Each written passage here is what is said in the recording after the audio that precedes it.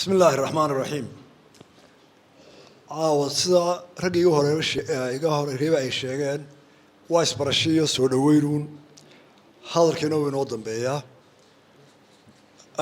waxay la tahay waa ugub in madaxweynaha iyo labadii shir gudoon iyo 10 xubnood oo guurtida ah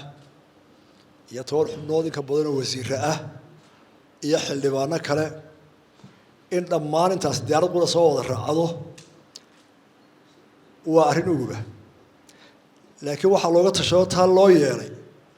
marka hore maantana waa sheegay waa qadarin gobolka Sanaaga haday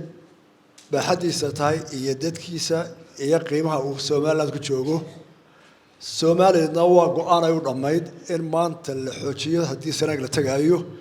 in aan loo baahan hebel baa dambeeyay iyo xafiis baa dambeeyay iyo cid baa dambeysay in aan loo baahan waxa kale oo la sii xoojiyay shirka warsangeli markii la yiri waa isu dhanyihiin warsangeli oo maanta wixii hadala ama safgaran waaya ama madooda dhexdeena jira waa la dhameyn karaya oo waa la isu dhanyahay xaqaana waxa laga soo dhabaaday dawladdu inay iyadoo dhan timaado qiimaha iyo qadarinta shirka iyo gobolka nooleeyahay waa ka aynu ku nimid ilaahay idankiina wanaag baan ku dhamaysan doonaa iyo wixii turxaana in la saaro inkastoo la soo koobayo haddana waxa la yidhaahdaa odayaasha waaweyn guddi baa ka hadhaysa inta kale way tagaan guddi baa la idin saaray hadhaysa de markaa haddii marin garboodkii reerku beesha halka wada joogto hal eray oo aragtida aan ku socono ah iyo aragtida Soomaaliland dawladda ku fadhida oo baan doonayaa inaan cadeeyo horena mara waa loo ogaay aragtida ku soconaa waxa weeye Soomaaliland sida dastuurkeedu qorayo iskuna wada raacsan tahay aan filayo inaga kala maqnaan isku raacanahay waxa weeye wixii aynu la galaya arina ama heshiisa ama dastuur ama xeera waxa uu asala diinta islaamka badi islaamka fura waxa la taawaa ku heshiisan dastuurka qodobkiisa boqolkiiba uu qorayaa mabaadidiisa hordhacuna uu qorayaa waliba waxa inta dheer qodobkaasi inuu leeyahay marka wax dastuurka hadii wax laga bedelayo ama wax lagu daraayo in mabaadida islaamku asal u tahay lamana bedeli karo lamana taaban karo saas ay ahaanaysa wargeeyali marka cid kasta oo hadlayna wax la yiraahdo tana koowno talabaad ee halka iyadana la siman ee dastuurka hore dhiciisa iyo aakhirkiisa oo qorayaana waa to aanan cid isku diiday oo ah Soomaaliland dadka waxa lagu hadlayaa isugu imanaysa go'aan qaadasho wadareed oo talawada lagu gaaray ee ma jiro cid iyo qof talo u doona gaari kara Soomaaliland oo dhan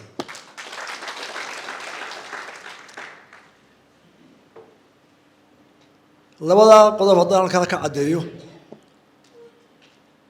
oo aan jecelahay inaynu wada dhageysano haddaynu odayaasha nahay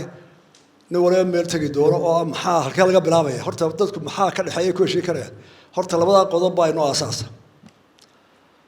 qodob kala jira oo jecel odayaasha inay sii faro oo aan iyagana cadeeyo halka laga taagay Soomaaliland waxa weeye dad badan marka la yiraahdo Soomaaliland ha wada shaqeeyo Soomaaliland ma la simanaya iyo waxba kala maqan horta Soomaaliland waa intii Ingiriisku xukumayay haddii la yiraahdo markii laga talayay Soomaaliland intii Ingiriisku haystay iyo inihii ka horeysayna yaa ugu miisaan weynaa talada ama ugu hawl badana haddii la isweydiiyana ninka sheegan maayo balse beeshan waxyaalaha loo soo culisay waxa kamid ah waa beeshii dawladdii Ingiriisku suldaankeedii 9 sanadood oo xabsi mustaafirisa dalka ka xidhay isagoo halgan ugu jira xorriyad wa taariikhihi laba beesha warsageli markii gobonimada la doonayay ee isticmaalku inuu taga la doonayayna عدي الله دري وفتجي بقرة كسعودي عدل أقول كل مي سلادين تي لك تجي يو حجرة كيل السعودية هذا الكيس سومان الآن حرية دار ودورنا وحسان ويرنا وضلك هيجا مكان عدي الله ديبي إنجليز وحرية وكادورنا عدن بيروجد الله ديبي ندور سجلي بهاي دون السلطان محمد على شروه مركي حرية الله قادر أي هاي كي مركي على كلا ساري كلا بدل أينا السلطان كي قرا هاي عيالي قرا مركي تشيل السلطان وصوك عليه لا تشوقي إن على كلا ساره وكلا بدلوه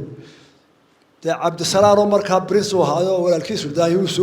يسوي مدايو السلطان عبد السلام بهاي كانت شوقي مركي دي على كلا ساري هو استاجنا وحكى ساري السلطان سعيد أبي waxaa laga yaabaa inta anigu aan dhigta ka maqlay in badan oo goobjoog ah inay ka joogto ama iga xogaarsi sababaha uu soo culaysana waxa kamid ah beesha inta leh inaan muddada wada hadal Soomaaliland kale waxa weeye waxaan leenahay warday halkii aad beelkeeda hayseen taladeedina waa la sugayay intaas imka waa la sugayay maxaa qaldan oo saxnaa waa inoo taal qodobka raacinaya waxa weeye inagoo Soomaaliland oo qodii السلطان كوجابين إياه وحرية الجلس كقاعدني إياه هو كونفرنس وتقني شروط أنا إنه أوره وقوي جاء صوار ودون نوسام بين قي وين وتقني صد سنة مركب تشوفونه وين جدوت برعنا واحد يكون قاسنا قلا ولا ما هي صارست وهالكذا أكون نقطة ده تنا أول هذا الله هدو أقل جوار هدو نجاحهم هذا اسمهيس قضب كلا يسقى هي وحوي وريحة كنا ولا بدو ولا نسون بيت وين جدوت نور بهالكيس دولة ساك صاروا إنه قال لي لو تكيس سمن أنا وحضر ولا بدور ولا ترمضوا عين كسبي ساوي نقول اسمه يعني لكن أضوي الضفر سبعة تيما نقولش وانا نقول لما مالت هذا برعاه شيخ أحمد يو صلاة الدين بدن بدي شو تو ما تقول ما هي الشيخ أحمد مركا أنت سوى حاجة ورجلين سواها نوصل ولا يسنى هالكن ندورنا أنا كارنتيني هذا Soomaaliland tahay هذا مستقبل tahay baa ka tarisan waana soo doonaa aad iyo aad u mahadsantiin wassalaamu calaykum waraxmatullaahi wabarakaatuh